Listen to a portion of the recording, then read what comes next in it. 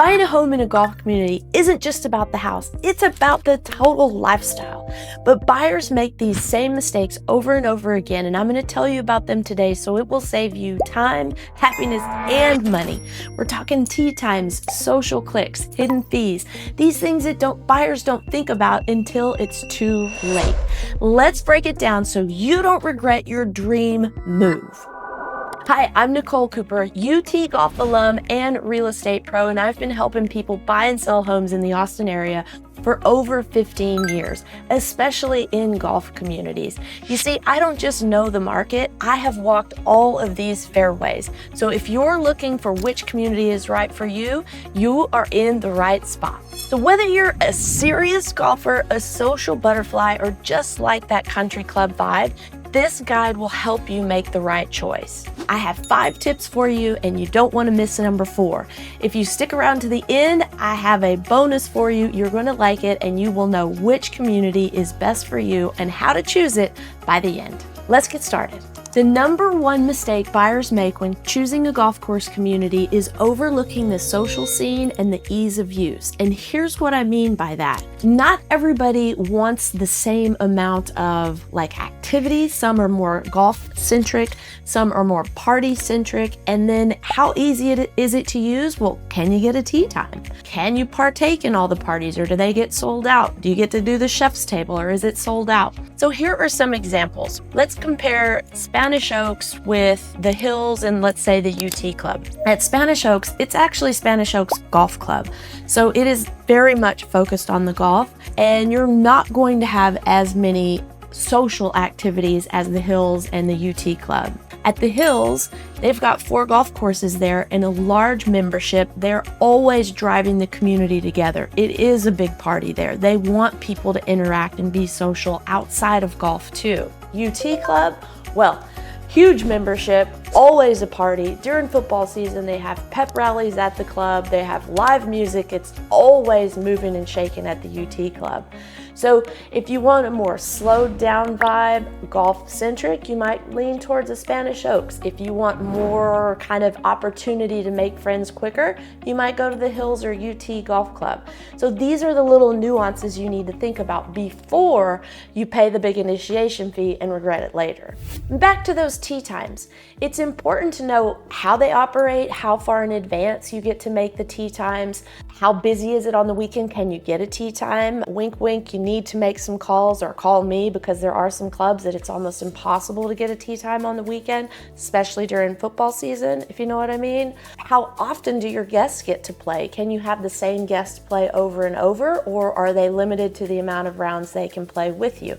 What are those guest fees? So these are the really important parts of just the social aspect of how you're going to experience your club. If you want to bring your buddy all the time and they can't come, well, that's something to think about on the front end.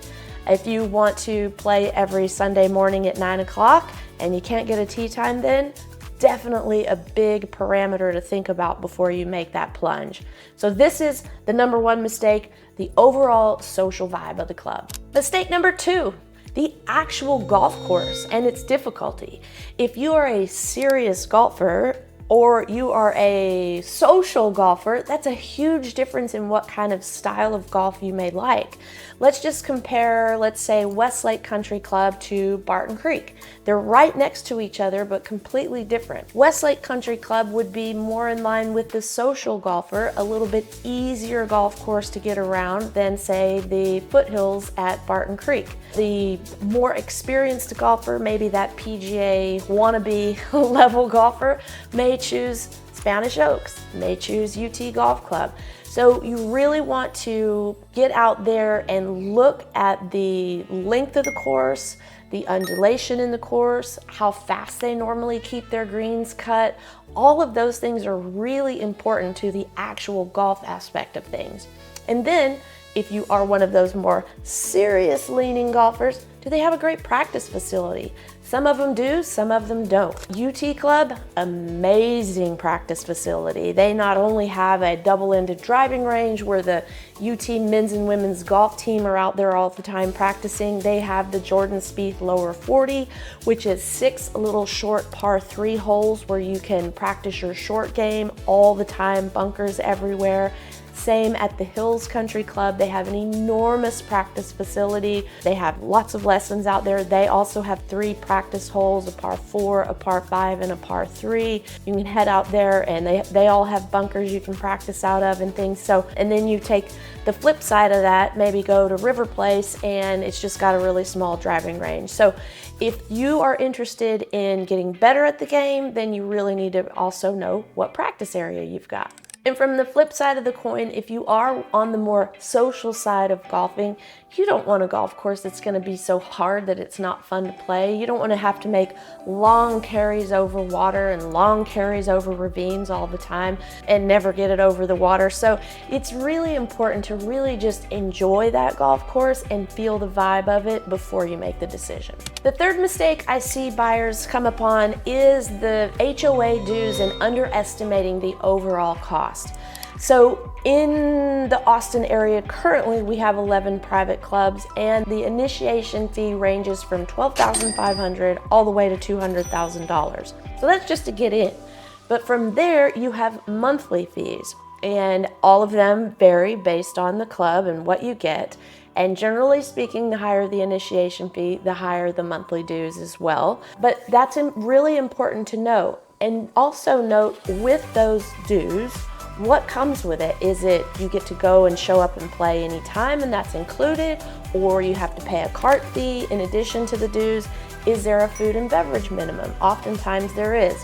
Is it a member-owned club or is it a private club? So what that means, Austin Country Club and Great Hills are the only member-owned clubs in town. All the rest of them are normal business corporate style clubs. You pay the fee, you get in, and if you move, you lose your membership. Whereas Austin Country Club and Great Hills, you have part ownership there. So those are the different types of fees that are associated. And again, it kind of also goes back to number 2 with those guest fees. If you want to bring your buddies out to play and they're not a member, how much is it going to cost you every time you bring your buddies to play? And then lastly, if you have a family and your kids are getting a bit older, it's important to know when they get cut off per se. So at a certain age, most of the time it's 25, they can't play as one of your members anymore. So generally speaking, when you join a club, except for Austin Country Club, your family, your immediate family is a member. But once your kids get to a certain age, they're not considered immediate family anymore. So now you're paying guest fees for them. I had a great friend who was a member at Spanish Oaks. Her sons all of a sudden got over that cap of 25 and it was costing her like $400 a round to bring both of her sons out to play with her on her own course. So she moved out to a different course. Nonetheless, these are the types of fees you need to look into prior to joining the membership. The fourth mistake, location. You know, it still is real estate and that's always location, location, location. But all jokes aside, it really makes a difference as to what else you're going to do. Can you be way out of the city, kind of tucked away and just enjoy everything the club has to offer and not be bothered? Or do you need to be close enough to town because the country club isn't the only thing you're going to do? This kind of delicate balance of where you want to be, where your job is, where your commute is, or are you retiring there? Do you not need to leave the community? These are all things that are super important because it's so easy to get distracted and drawn away by the beauty of the golf course, the allure of the country club, and then sometimes you get drawn away by those lower prices and then you get out there and you move in and you're like, ooh, I am way too far from anything I want to do other than golf. So really keep that in mind. Practice the commute. Do it during times when you're going to have to travel to see how far it is. Now, the flip side of that on location is you want to be near what you love. If you love creeks and streams, you may be over at Onion Creek. If you love big panoramic views, you may be at canyons at Barton Creek.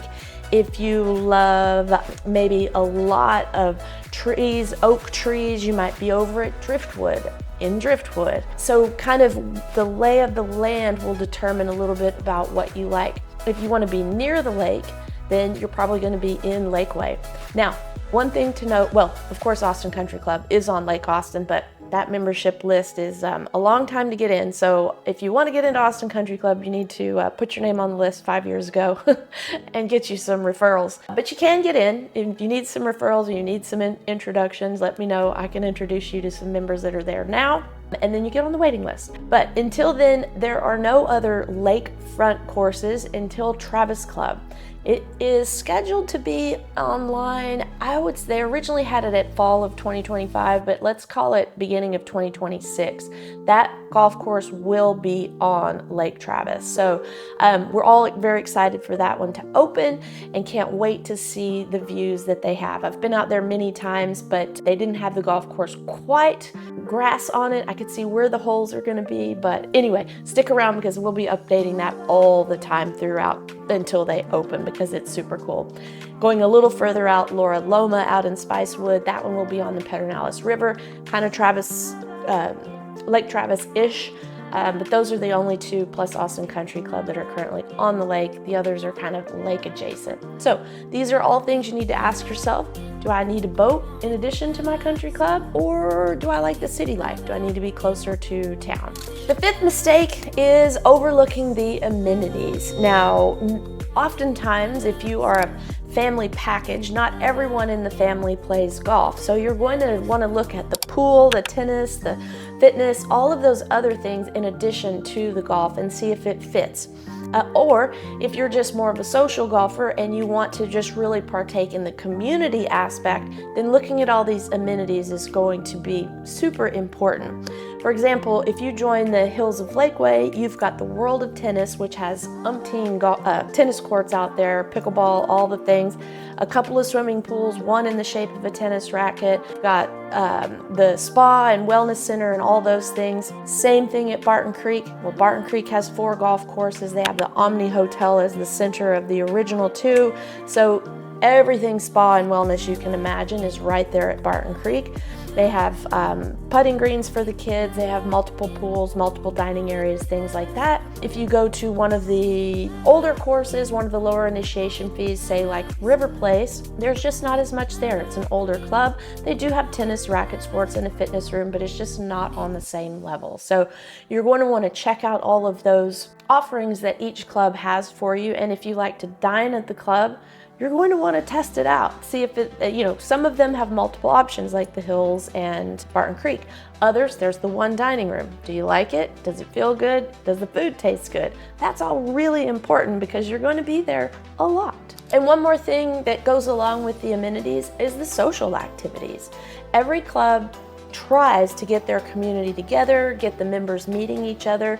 So check out what's on their calendar for the upcoming future and see if anything vibes with you. If you're a couple, sometimes they have Wine and Nine or Ladies' Day, Men's Day, they have kids events. So just make sure whatever activity you're looking for, they have it.